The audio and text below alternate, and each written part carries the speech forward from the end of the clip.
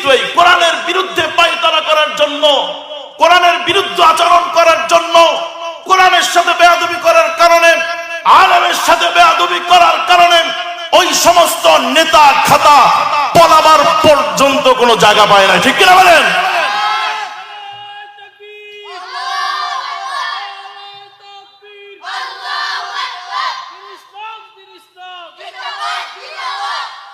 আজও আমরা বলি, বিগত 15 বছর যারা কোরআনের বিরুদ্ধে আইন করেছেন, আলেম ওলামাদেরকে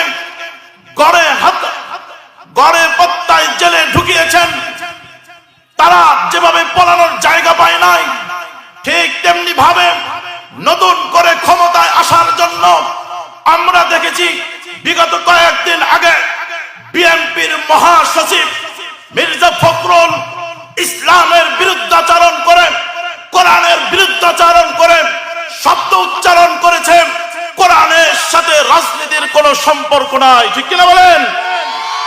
আমরা সুস্পষ্ট ভাষায় তাদেরকে বলে দিতে চাই, কোরআনের বিরুদ্ধে করে যেভাবে শেখ হাসিনা তার সরকার বাংলার জমিনে টিকতে পারে নাই, ঠিক তেমনি ভাবে ইসলাম, মুসলমান, কোরআন, মাদ্রাসা, মসজিদ, উলামায়ে কেরামের বিদ্বেষী করে আবারও যদি তোমরা কাউকে খুশি করে ক্ষমতায় আসতে চাও, ক্ষমতায় আসা তো দূরের কথা, বাংলার জমিনে থাকার ঠাইও পাবেন। ঠিক কিনা বলেন?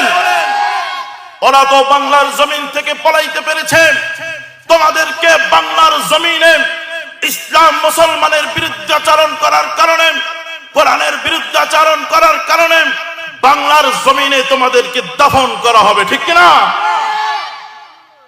সুতরাং একজন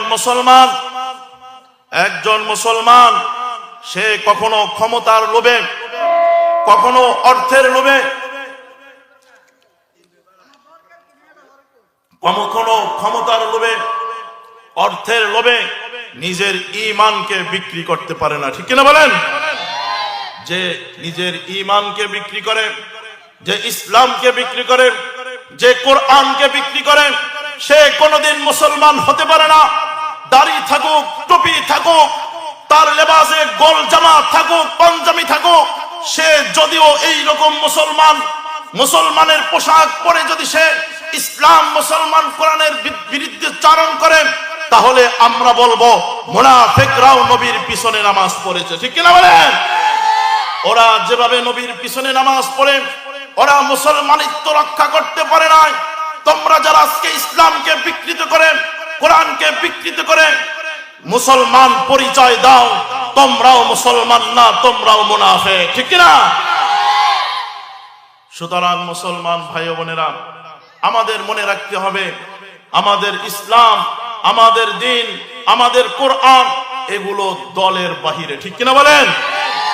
আমি যে দলই করি না কেন, সেই দল যদি আমার ইসলামের বিপক্ষে দাঁড়ায়, সেই দল যদি আমার কোরআনের বিপক্ষে দাঁড়ায়, সেই দল যদি আমার ঈমানের বিপক্ষে দাঁড়ায়, আমি ওই দলকে লাথি মারতে মোটেও দেরি করব না। ঠিক কিনা? আসুন আমরা নিজের জান মাল দিয়ে সর্বদার জন্য ইসলামকে হেফাজত করব। রাজি আছি তো ইনশাআল্লাহ?